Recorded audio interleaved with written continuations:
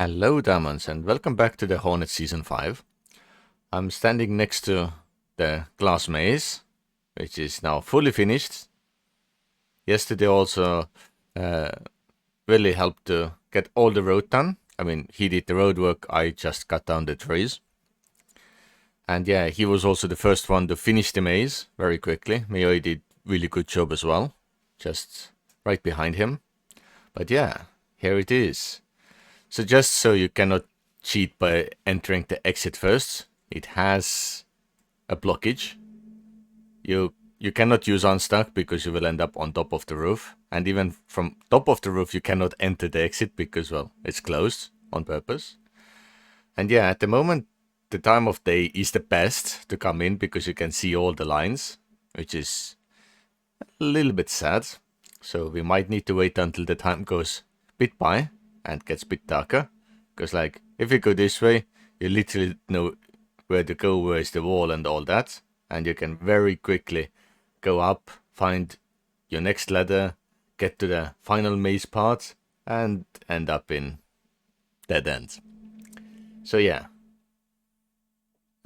What I want to do is that wait until the sun is starting to go down, when it's the worst time, and then showcase what the idea of the maze really was about, because daytime is too simple in my opinion. So let me wait until the sun goes down and then let's give it a quick try.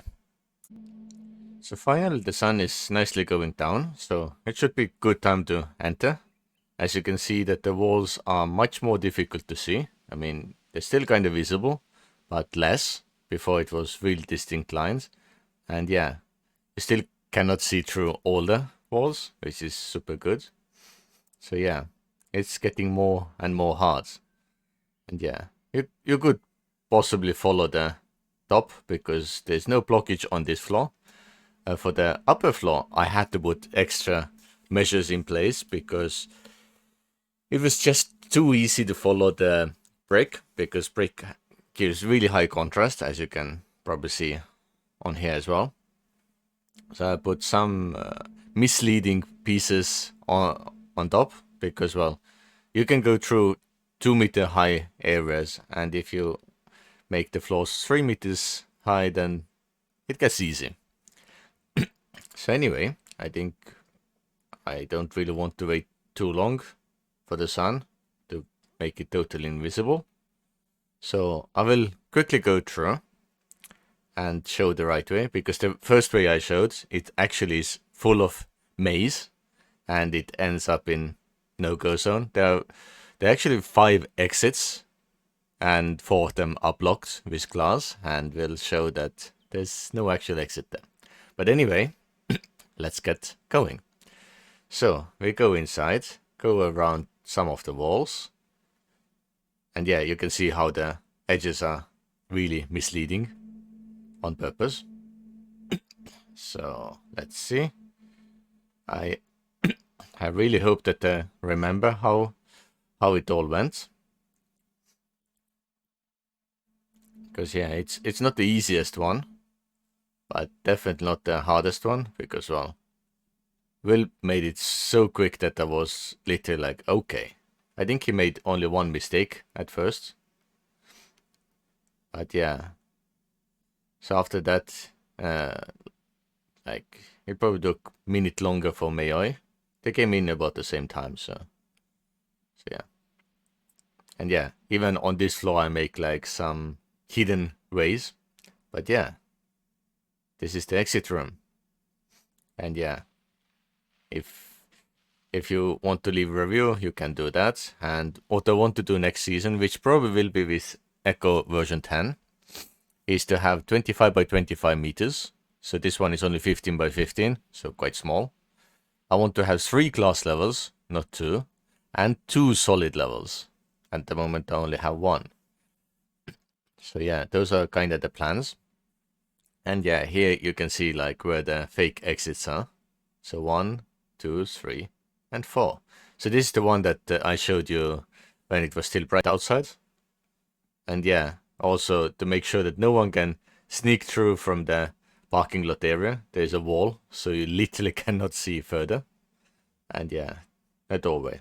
And then you go into the chute and jump down. So yeah, this was pretty much the plan of this full maze.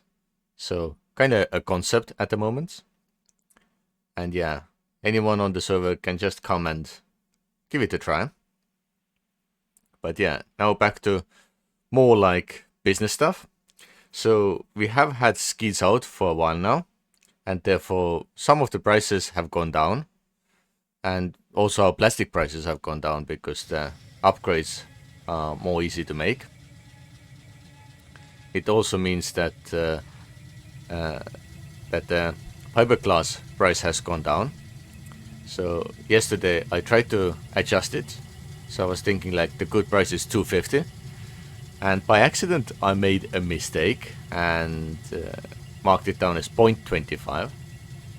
Unfortunately, one of the people, Louis Paladin, uh, either didn't notice the price was wrong or just wanted to take it at good price and not notify me. That was possibly a mistake.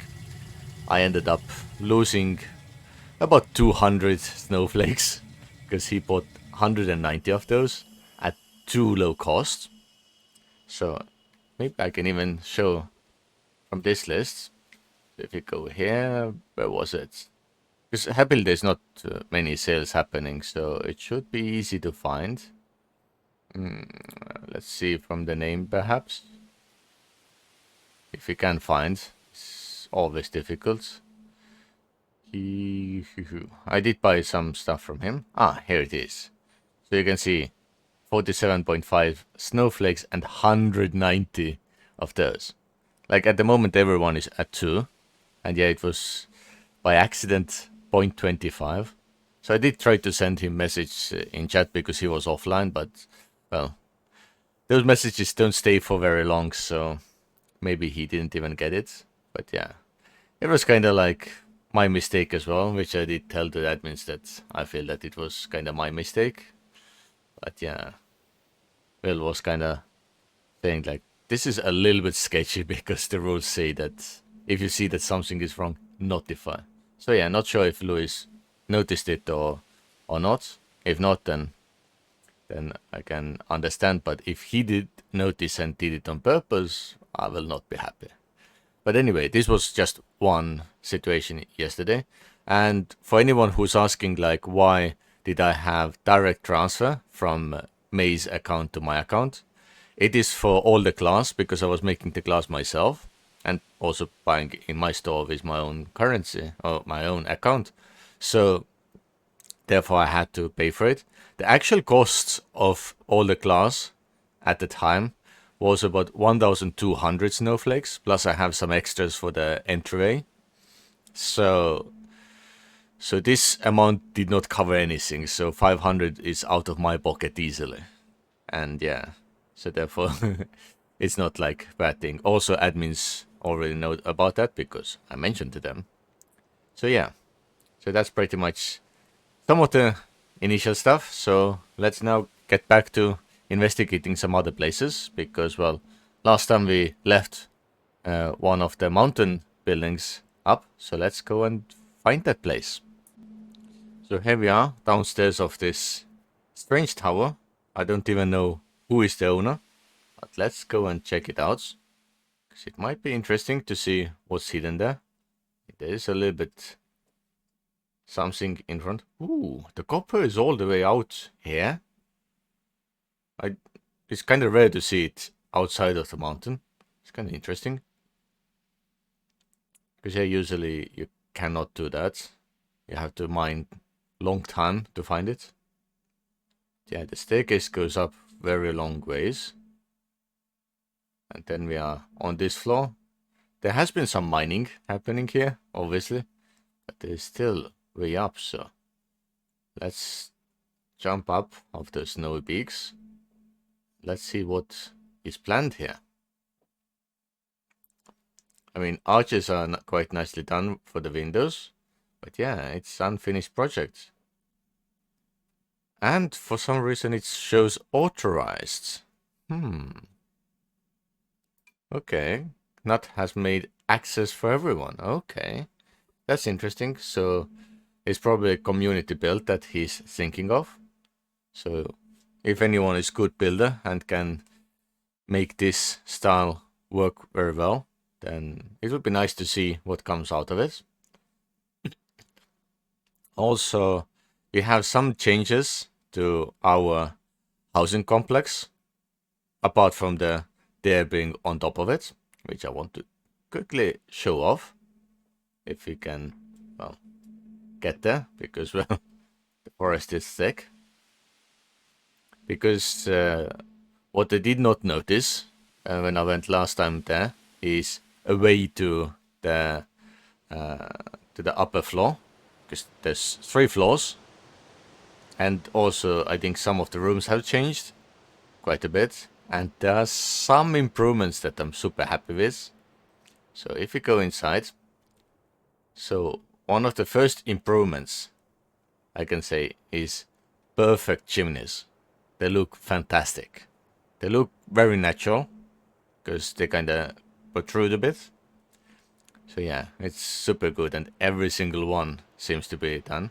And yeah, here's the staircase. I'm not sure if it was here before or not, but anyway, it is now, so we can go up.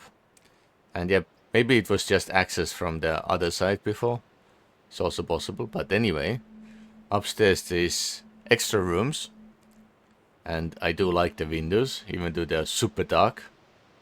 They're kind of ninja-like. So there's everything available. Big bathrooms, a good living room, and here as well. The chimney is really significant, and yeah, matching with all the other brick blocks, making it perfect on that side. And yeah, it's fantastic floor. I do like it. So yeah, well done, Zebra. This is really, really good. So this is something I really wanted to show off as well. But yeah, let me find one more place to showcase, and then we can pretty much call it a day and then continue on Wednesday, I guess. There are actually quite a few things I wanted to show. One is that our power plant now looks fantastic. It has roof and everything, so it seems to be finished. So we can go around and see what is hidden here. They even have proper filters, which of course are not connected, especially as the steam engines don't have any water output, but just to give more for the aesthetics. So it looks kind of good, and yeah, I think this is also more for aesthetics at the moment, so not to really worry about. Both sides are kind of the same, and yeah, front and back as well. And yeah, many coal buckets, wow. So if you go upstairs, on this floor it's more like just overview floor, so you can see what's happening downstairs to make sure there's nothing wrong. And yeah, all the pipes for the chimneys. So chimneys are kinda important part of this building. Let's see if we can squeeze out. Yes. So yeah, on the top you can see those lovely mortared limestone chimneys, which would work when the generators kick in. But yeah, the idea is that this power plant is only for emergency use now, because Knut has nicely made this wind farm over there, which is super important. So that's our primary source of electricity. So I'm quite sure that if we hop down and check some of the poles, we can see, yeah, supply is nearly 38,000 and demand is, well, fluctuating a bit, but yeah, like 21,000.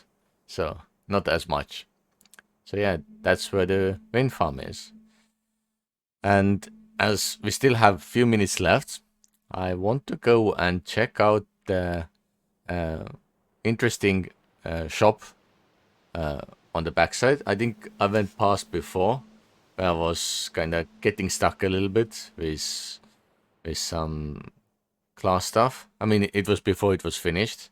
I was looking down some of the shelves, which is the techno place. So I'm quite sure there is something more to see now, because it has been evolving quite a lot. There is even a chimney.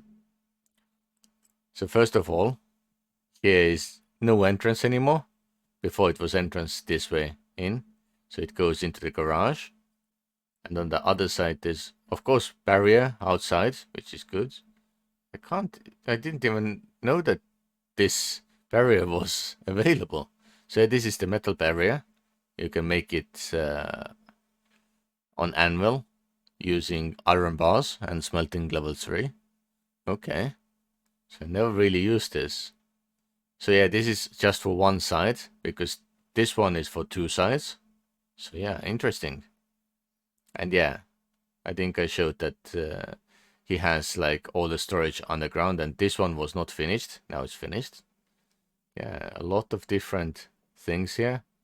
So here's a loading bay, supposedly. I'm not sure where you load from, because there's a wall behind it. And yeah, this area here goes over the bridge, and this goes to the pump jacks that are on behind all the refinery stuff. So yeah, kind of nice. Can we close? Yes. Because if you open, we close. And yeah, all the smelting stuff and refining stuff. I do like how this is made to fit in properly. So it's quite good. And yeah, all the other machinery, quite well organized. So let's see the shop. Shop itself is kind of simple. It has quite a bit of storage and many corner pieces to make it look more unique.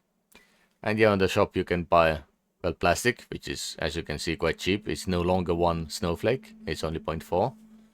You can find gasoline, nylon, steel stuff, even huge steel banners. It's kind of nice. Modern upgrade ones, materials, sand, slag. Yeah, pretty much anything. And they do buy in like old stone roads to be crushed. They also buy coal and also more of the crafting tables, which is nice. So now let's see if we can go and check out everything else. Oh, nice. The door is unlocked. It's really, really nice. So, workshop. There's electric machinist table for some works, rolling mills, for separation using this type of columns. It's quite good. I do like it. And yeah, glassworks as well. So seems to be kind of competitive in some ways.